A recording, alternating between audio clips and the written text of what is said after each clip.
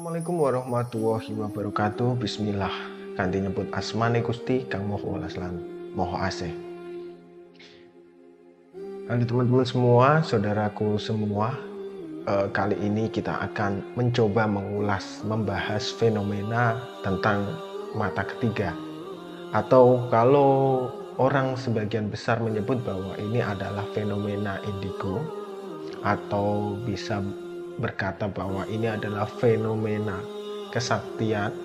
Tapi apapun itu sebutannya, sebenarnya hal yang terkait dengan mata ketiga ini itu ada hal-hal yang perlu diketahui.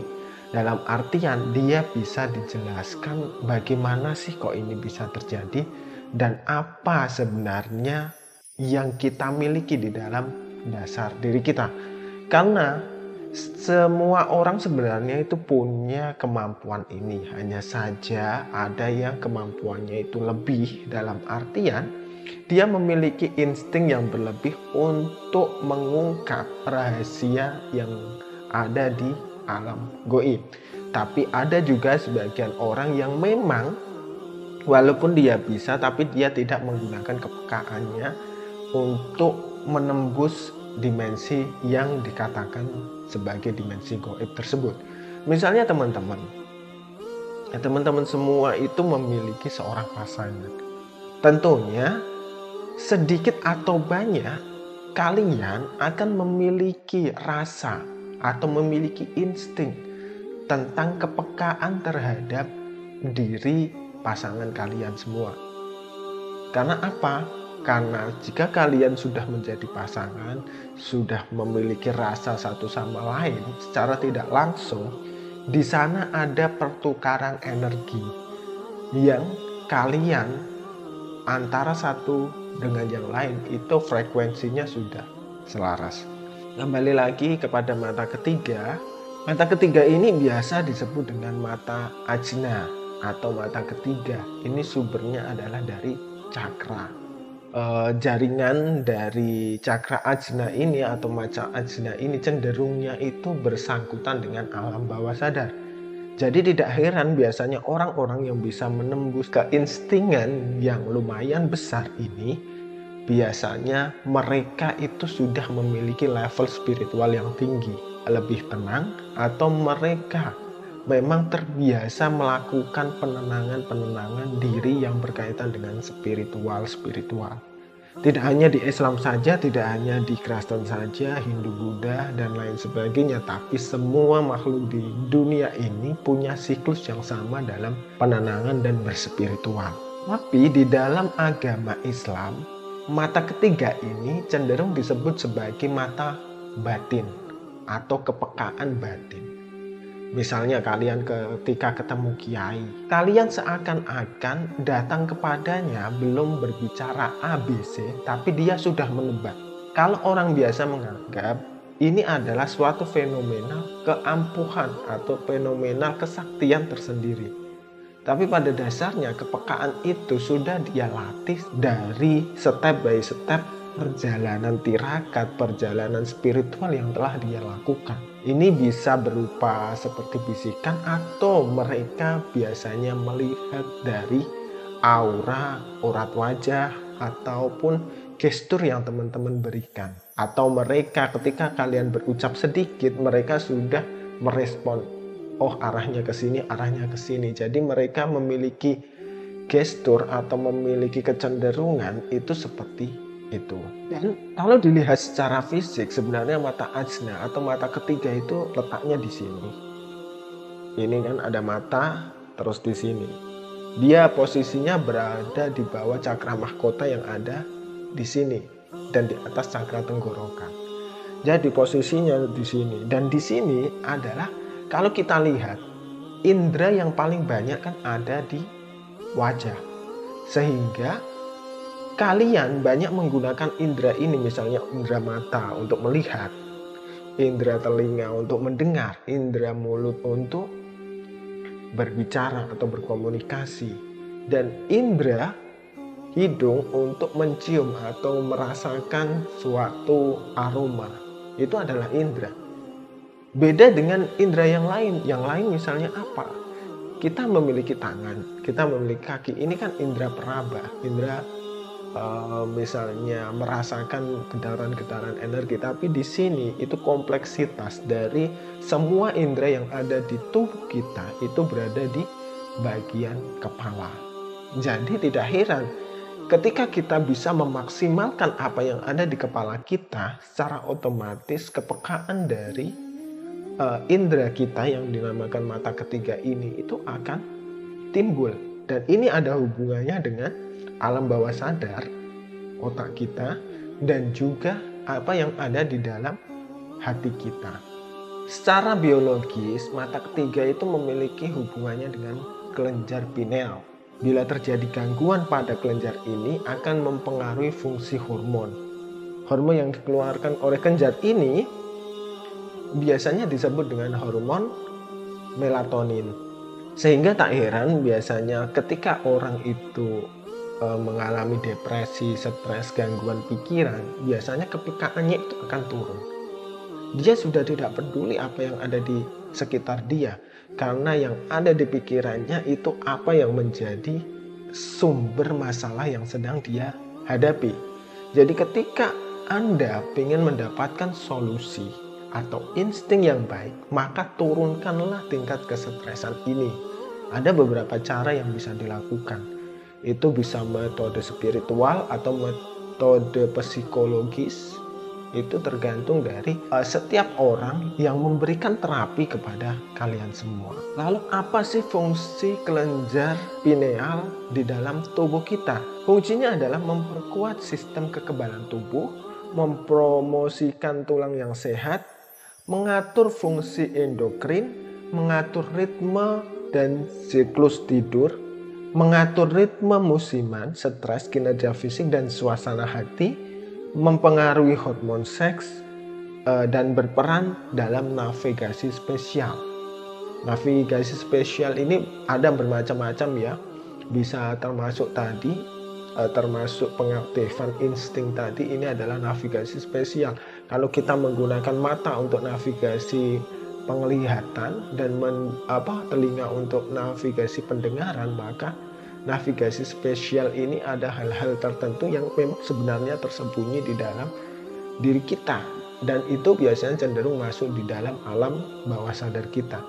Karena rahasia terbesar dalam tubuh manusia sebenarnya itu berada di alam bawah sadarnya. Orang yang cenderung memiliki mata batin atau mata ketiga ini, itu cenderungnya mereka itu spiritualnya sudah tinggi.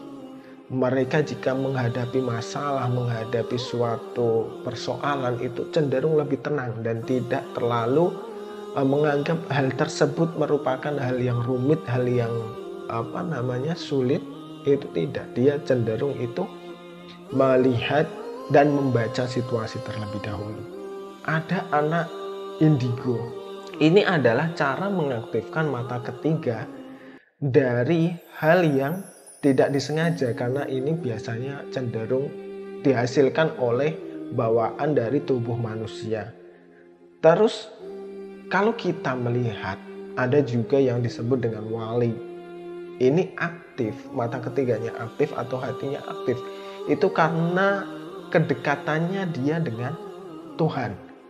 Terus ada juga yang kita lihat misalnya psikiater kok bisa melihat ini, melihat ini, melihat ini. Itu karena sumber ilmunya atau berasal dari latihan. Dia biasanya melatih dirinya, melatih keilmuannya terkait dengan hal tersebut. Apakah bisa hal tersebut dilatih? Bisa. Sederhananya begini, ketika anak indigo itu biasanya kan bersumber dari insting yang tidak disengaja atau karena dia adalah keturunan, maka tingkatan wali biasanya itu terkaitnya dengan karena dia dekat dengan Tuhan, dia menenangkan diri, berbanyak zikir, akhirnya dia memperoleh ketenangan dalam batinnya, dalam pikirannya, sehingga dia bisa membuka cakrawala tentang hal-hal yang tersembunyi di dalam dunia ini. Terus misalnya psikiater, itu kenapa dia bisa? Karena dia melatih dari mimik wajah, dari misalnya gestur tubuh, dari misalnya mikro ekspresi yang diberikan dari tubuh dia, maka itu sebenarnya bisa dipelajari. Bagaimana cara mempelajari? Itu nanti ada step-stepnya dan akan kita mencoba membahas di next video. Terus bagaimana kita bisa melatih jika kita ingin latihan tentang hal ini? Itu tergantung dari diri teman-teman semua. Kalian memilih jalur yang mana yang teman-teman ingin dapatkan. Karena yang namanya ilmu itu kan tetap harus dilatih, dan ini berbeda dengan rezeki teman-teman. Kalau rezeki itu biasanya secara tidak sadar teman-teman kan sudah diberikan rezeki oleh Tuhan, takarannya sekian dan caranya itu akan diatur Tuhan. Dan apakah ilmu ini itu termasuk rezeki? Bisa jadi ilmu ini adalah rezeki. Jadi teman-teman tetap berusaha bagaimana cara mendapatkannya. Jika teman-teman tidak memiliki kemampuan indigo tadi, teman-teman harus melakukan pendekatan spiritual. Jika teman-teman di dalam pendekatan spiritual kok tidak bisa, maka teman-teman latihanlah yang namanya psikologi, yang namanya misalnya meditasi, yang namanya kekhusyukan, yang namanya akses alam bawah sadar, yang namanya mengakses kebahagiaan. Maka secara otomatis ini akan memberikan efek dan arah ke dalam tingkatan kewalian tersebut atau tingkatan pengaktifan mata ketiga atau mata batin tersebut. Dalam hadis yang bisa kita pertimbangkan, hambaku yang mendekatkan diri kepadaku dengan ibadah-ibadah sunnah sehingga aku cinta kepadanya, maka akulah pendengarannya yang dengannya ia mendengar, penglihatannya yang dengannya ia melihat, lidahnya yang dengannya ia berbicara, dan hatinya yang dengannya ia berpikir. Maka apabila dia berdoa, aku terima. Jika dia meminta, aku beri. Dan jika minta tolong, aku tolong. Dan si ibadah yang sangat aku sukai dilakukan oleh hambaku itu yang ikhlas untukku. Perlu diketahui bahwa ada kata-kata penyelarasan ini teman-teman. Aku pendengarannya, aku penglihatannya, aku lidahnya. Ini yang biasa disebut dengan karomah atau wahyu. Karena sejatinya apa yang diucapkan itu menjadi suatu tanda tersendiri bagi orang-orang yang mendengarkan. Dan biasanya ucapan orang ini itu biasanya cenderung didengar atau memiliki informasi tersendiri. Biasanya ketika dia berbicara itu seolah-olah itu menenangkan. Ketika dia berbicara seolah-olah memberikan tutur atau kata-kata yang bijak. Itu adalah jalan yang secara tidak sengaja berasal dari Tuhan. Ada lagi yang perlu kita garis bawahi di situ adalah ikhlas. Apa yang dilakukan itu dilakukan dengan ikhlas. Dalam artian di sini ikhlas itu tidak ngedumel. Ketika dia memberikan sesuatu, dia itu tidak berbicara A, B, C, tidak menggerutu. Apa yang dia berikan, apa yang dia sampaikan itu tidak diminta balik misalnya. Itu adalah yang namanya dengan keikhlasan. Terus apa yang sudah diberikan tidak diungkit-ungkit, itu adalah suatu keikhlasan. Seolah-olah misalnya dia berjasa kepada seseorang, terus diungkit-ungkit walaupun secara tidak sadar. Entah itu diucapkan kepada orang lain, ataupun ngedumel di dalam hati, itu secara tidak sadar, itu adalah suatu yang tidak ikhlas. Apalagi kalau misalnya dia merasa bahwa aku yang paling gini, aku yang paling gini, dan orang lain itu dianggapnya lebih rendah atau tidak lebih baik darinya, itu sudah keluar dari koridor ikhlas tersebut. Dan biasanya insting ini itu biasanya dipengaruhi dengan nafsu. Jadi orang-orang yang seperti ini kebersihan hatinya itu cenderung lebih kotor, walaupun terkadang memang ada yang seperti itu terucap dan jadi, tapi biasanya cenderung dipengaruhi oleh emosional dan nafsu-nafsu yang dimiliki oleh dia. Terus apa sih latihan yang bisa kita lakukan untuk mengasah hal tersebut, atau kepekaan mata ajna atau kepekaan hati tersebut, atau weruh sadurunge winara, yang bisa kita lakukan dengan cara yang paling mudah. Kalau kita melakukan dengan cara sholat, oke, kita sholat. Tapi ketika kita sholat, kita akan melakukan gerakan berdiri, terus ruku, terus sujud, terus duduk. Ada gerakan tersendiri yang kadang ini juga mengganggu konsentrasi kita. Walaupun bisa dengan sholat, dan sebenarnya Islam mengajarkan itu dengan cara sholat dan zikir. Tapi kalau orang awam seperti kita, lebih baik melakukan dengan cara meditasi.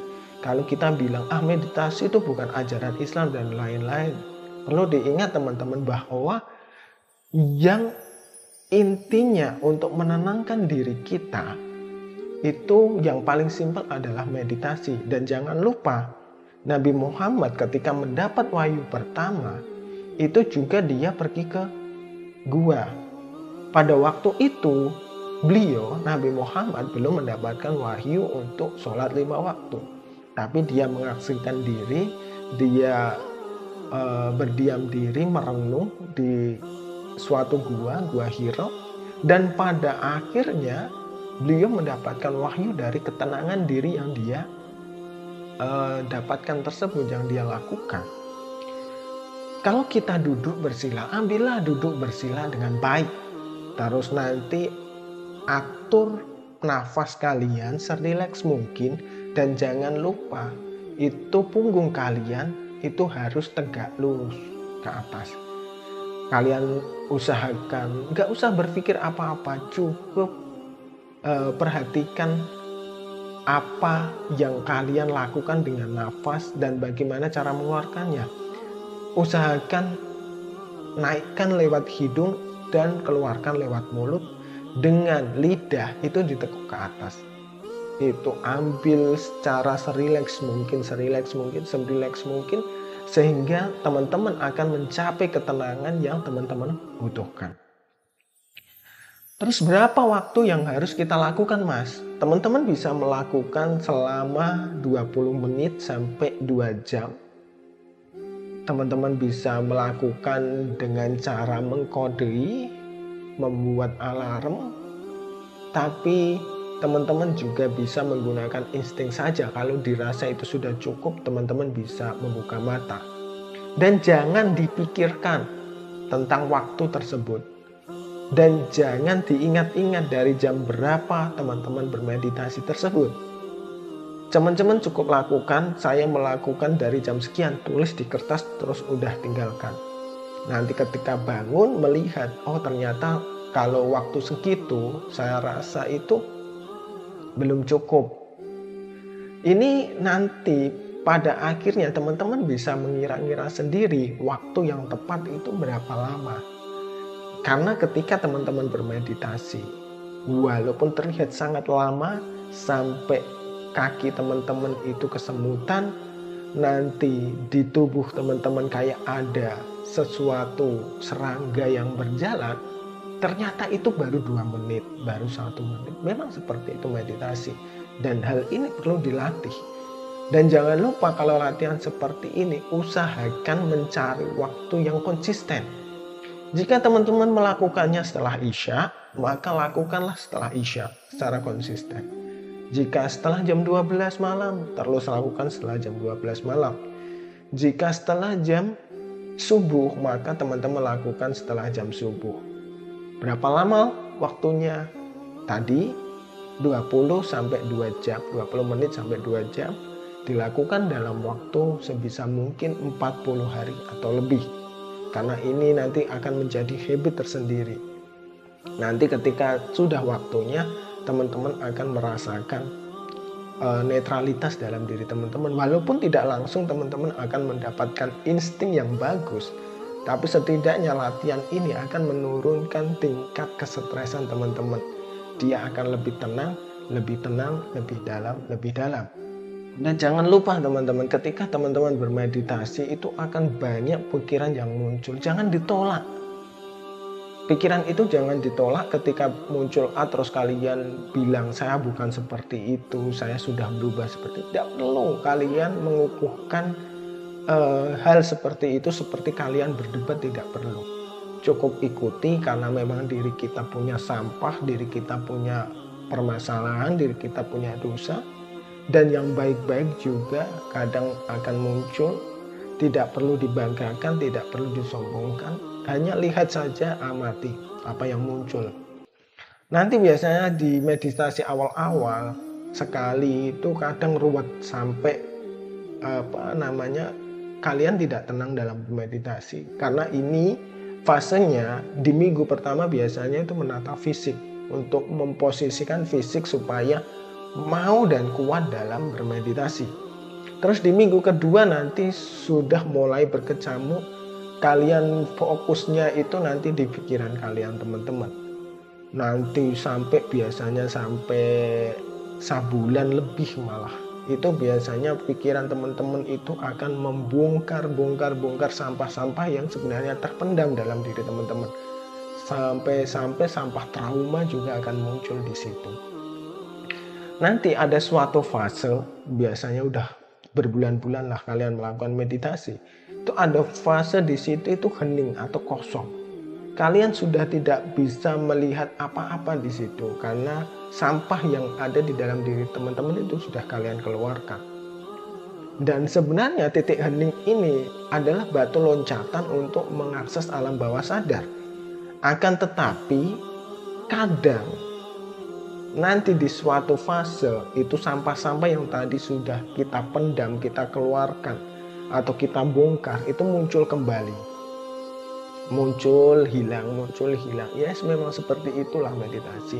Jadi jangan berharap terus meditasi itu fokus pada satu titik. Jangan berpikiran bahwa meditasi itu akan hening dan kosong. Dan jangan berpikiran kalau meditasi di awal-awal kalian akan melihat sinar, itu hanya halusinasi teman-teman. Halusinasi ini memang tidak bisa dicegah, kita hanya ikuti saja arah halusinasi tersebut. Apa yang biasanya orang-orang rasakan? Biasanya orang-orang yang dirasakan itu ketika dia bermeditasi nanti ada perubahan psikis, misalnya kepalanya pusing. Biasanya orang yang kepalanya pusing ini biasanya penyelarasan antara energi yang ada di luar dan energi yang ada di pikiran ini nanti diselaraskan. Cuma jangan jadi catatan saya, jangan memaksa pikiran untuk fokus pada satu titik atau menolak apa yang keluar di dalam otak kita. Jika dia muncul A, B, C, itu jangan difokuskan dan jangan ditolak. Kita lihat saja. Misalnya di situ ada seolah-olah kita diberi pitutur atau diberi kata-kata atau diberi pidato oleh orang tua atau orang sepuh. Maka lihat saja, tidak perlu kita menanyakan, tidak perlu kita seolah-olah menemui dia, memaksa dan lain sebagainya. Cukup ikuti saja. Maka secara tidak langsung, ketika kita mau menerima dan mau mengikuti, kita akan terhindar dari rasa sakit kepala tersebut. Terus, kapan Mas saya akan memperoleh tingkatan mata ketiga tersebut? Yang perlu saya jelaskan sebenarnya gini teman-teman. Mata ketiga itu akan muncul sebenarnya ketika kita di pikiran kita tidak ada unsur kesetresan, tidak ada unsur membenci, tidak ada unsur dendam. Terus dia mau sabar, mau ikhlas. Terus kita menjadi orang yang semeleh, biasanya mata ketiga ini secara otomatis akan muncul. Tapi ingat, jangan berpikiran ketika mata ketiga ini muncul, terus kalian itu akan menjadi seperti ini. Jangan berpikiran seperti itu. Normal saja sebagai manusia, karena itu memang sebenarnya menjadi bekal bagi kita. Kalau misalnya kita berbisnis, kok ada sesuatu yang ganjil, misalnya dia akan membunyikan alarm bahwa ini tidak beres, ini tidak beres, seperti itu. Dan juga ketika mengejar hal ini, jangan terus kita memaksa untuk mengejar. Karena hal tersebut semakin dikejar, biasanya semakin jauh dari jangkauan kita. Karena apa? Ketika kita mengejar, secara otomatis pikiran kita itu berubah frekuensinya. Dari frekuensi tenang menjadi frekuensi tidak tenang. Jadi ini akan menjauhkan diri kita dari munculnya mata ketiga tersebut. Terus apa efek psikis ketika kita belajar membuka mata ketiga tersebut? Biasanya ada hal-hal sebagai berikut. Ini hanya contoh ya, mungkin ada banyak yang lain yang bisa teman-teman lihat nanti. Stepnya itu kalian akan lebih cepat dalam mendapatkan ilmu, tidak mudah lupa, dan biasanya kalau menghafal itu lebih gampang dalam belajar. Itu biasanya ciri bahwa kepala kita atau mata batin kita itu sudah mulai aktif. Terus ada peningkatan intuisi, pikiran-pikiran kreatif, terus pikiran jauh ke depan, yang bersih, yang bagus, dan biasanya ini akan meningkat. Terus ada kreativitas, kita cenderung itu memiliki kreativitas untuk menyelesaikan segala permasalahan, segala problema yang sedang kita hadapi. Nantinya juga kadang kita itu mulai bisa melihat aura seseorang. Seseorang itu misalnya ketika baik itu pancaran auranya itu bening, ketika buruk pancaran auranya agak gelap. Atau misalnya kita melihat dari raut muka, dari apa kok rasanya begini. Kalian sudah bisa mendapatkan intuisi tersebut. Dan tidak perlu jika aura-aura muncul di awal ini terus kalian teman-teman semua itu menganggap wah-wahan, terus saya harus melihat warna aura dia, warna aura ini. Tidak perlu. Karena hal ini itu nanti akan berproses dengan sendirinya. Terus nanti selanjutnya adalah penglihatan mata batin mulai terbuka, terus pendengaran mulai terasa, terus perasaan itu mulai peka. Dan ini adalah suatu proses teman-teman. Ini masing-masing orang berbeda-beda. Ada yang setengah tahun jadi, ada yang 1 tahun jadi, ada yang 2 tahun, 3 tahun, bahkan dari muda belajar sampai tua itu tidak jadi-jadi. Karena apa? Karena dia mengejar.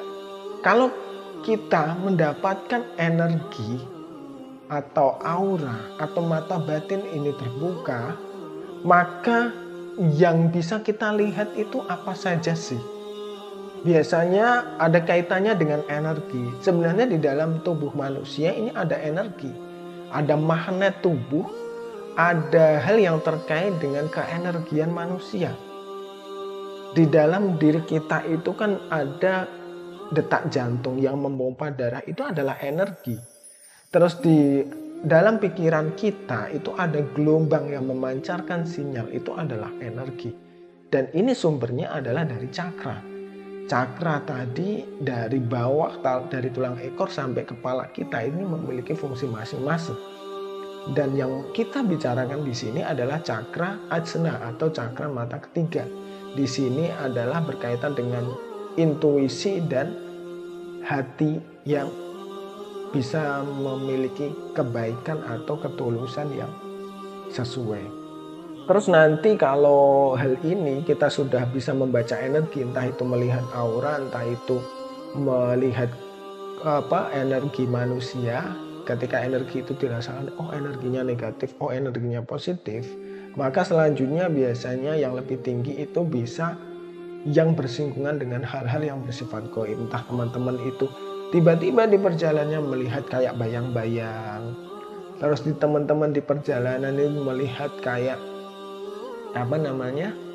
kayak pocongan atau kayak kuntilanak dan lain sebagainya. Itu adalah sebenarnya sudah memasuki dalam dimensi pembukaan mata batin atau mata ketiga.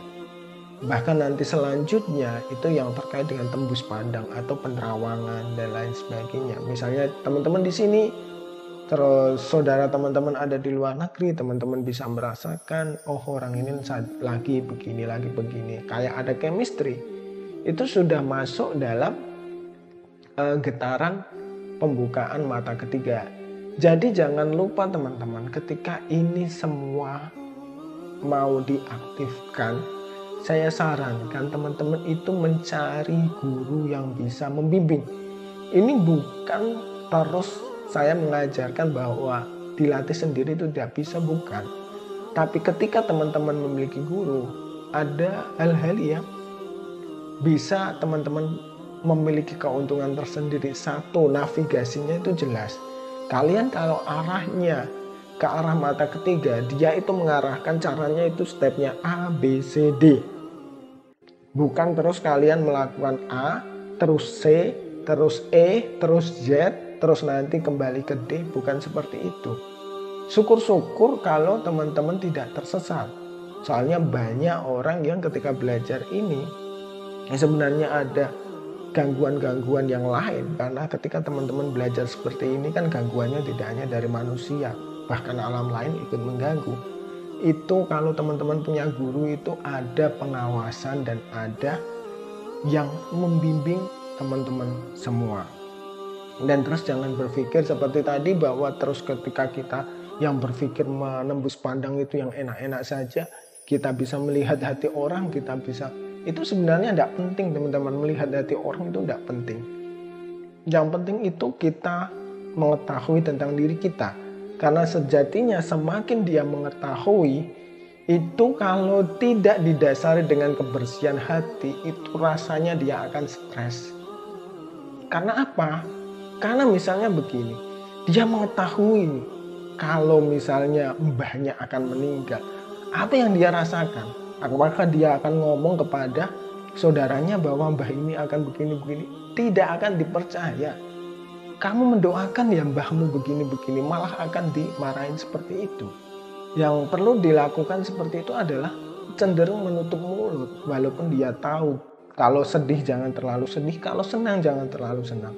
Cenderung menutup mulut, tidak banyak bicara, itu adalah pakem atau hal yang perlu dilakukan ketika hal itu terbuka.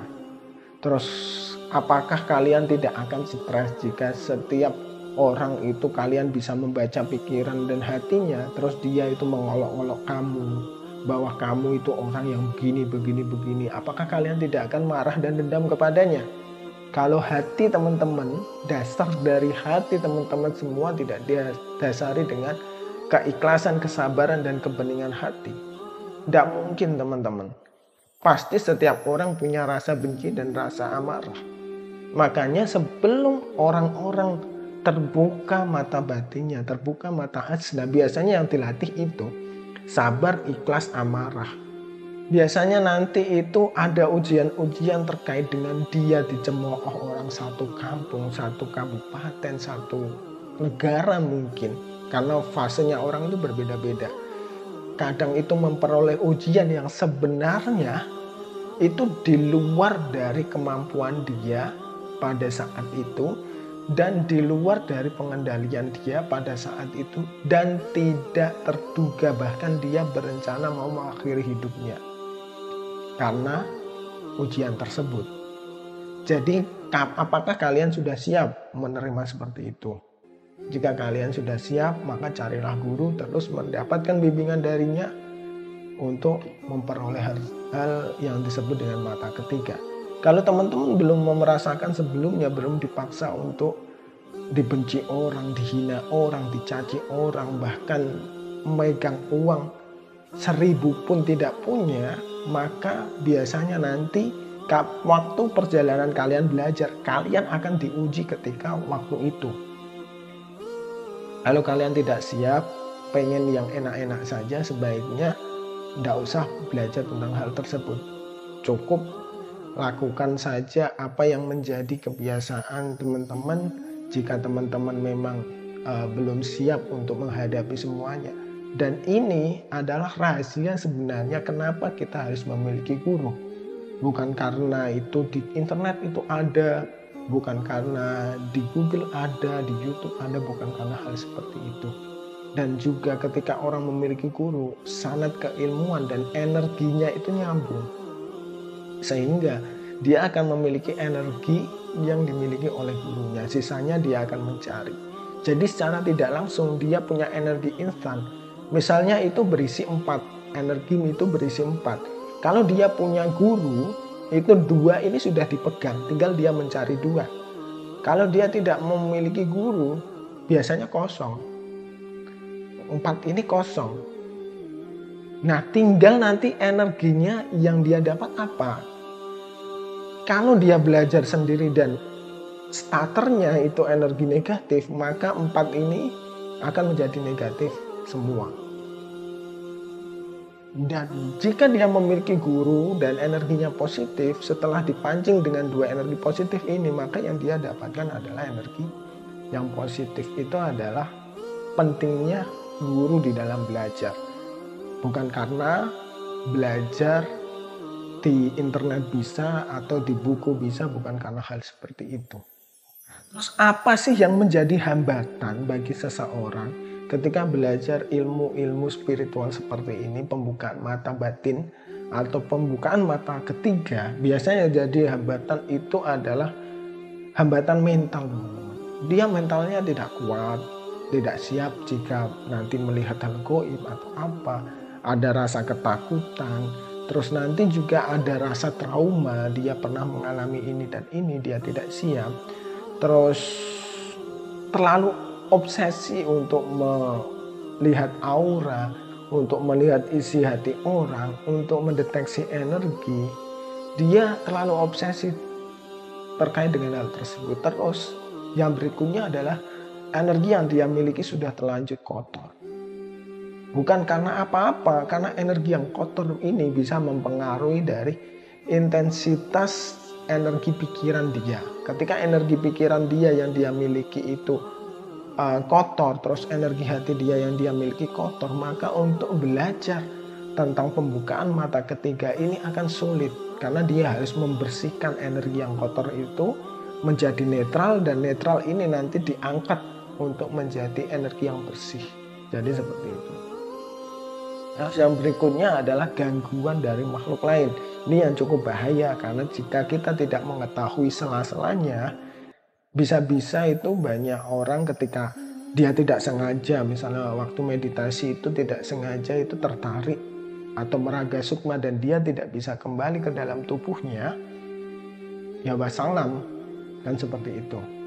Terus yang berikutnya adalah kurangnya latihan atau tidak mau berlatih disiplin. Sebenarnya kalau kita mau latihan yang serius, ini akan muncul.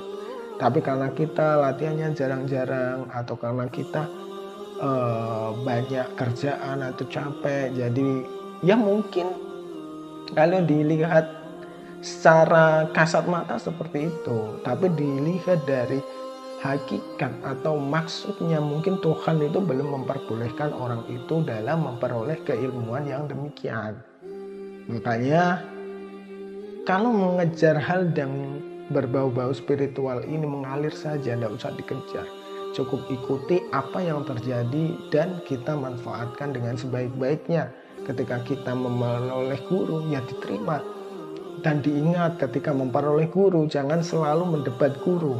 Ketika ada guru A menjelaskan metodenya begini, guru B menjelaskan metodenya begitu, jangan dari guru A ini dibawa ke guru B dan dari guru B dibawa ke guru A.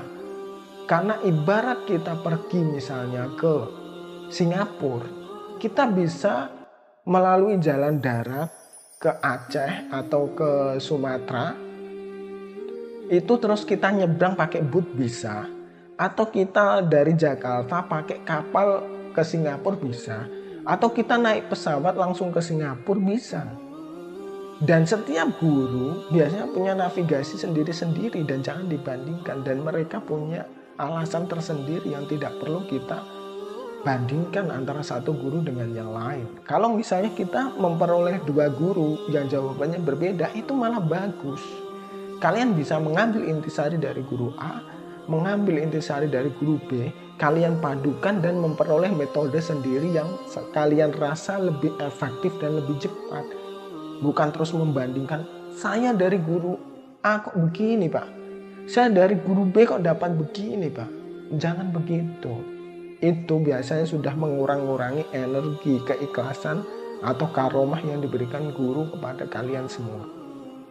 Demikian teman-teman, semoga bermanfaat. Jika teman-teman misalnya ada pertanyaan, silahkan tulis di kolom komentar. Jika saya ada salah-salah kata, mungkin saya manusia biasa, minta maaf.